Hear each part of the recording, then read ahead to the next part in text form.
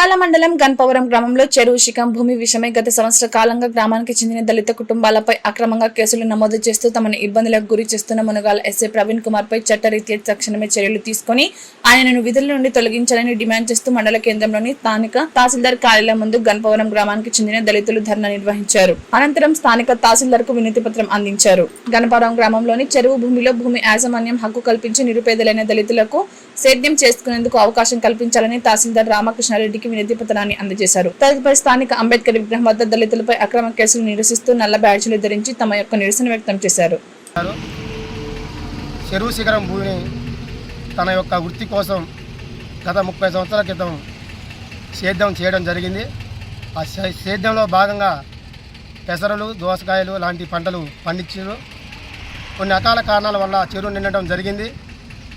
ఆ చెరువు నిండడం వల్ల తర్వాత అది చేయలేకపోయాం. మధ్యలో తేలింది. ఒక 10 సంవత్సరాల తర్వాత మా తాతగారు చనిపోవడం, అలాగే మా నాన్నగారు చనిపోవడం, మా పేనాన్న చనిపోవడం లాంటివి జరగడం వల్ల ఆ యొక్క ఫీల్డ్ మీదకి పోలేకపోయాం.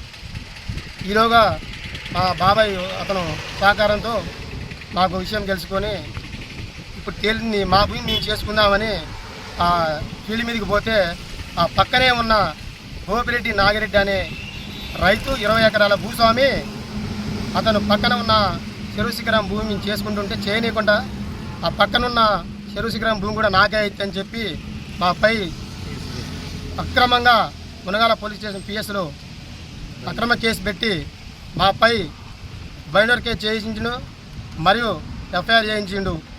కాబట్టి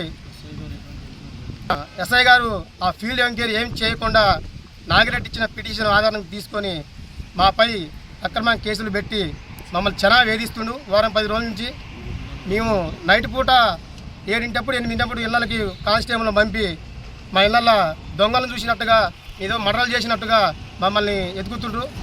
పనికి పోయి పని చేసుకుని వస్తున్నా ఒక ఏరే ఊర్లోకి వెళ్ళినా కూడా అక్కడ రోడ్డు మీద కలిసి కూడా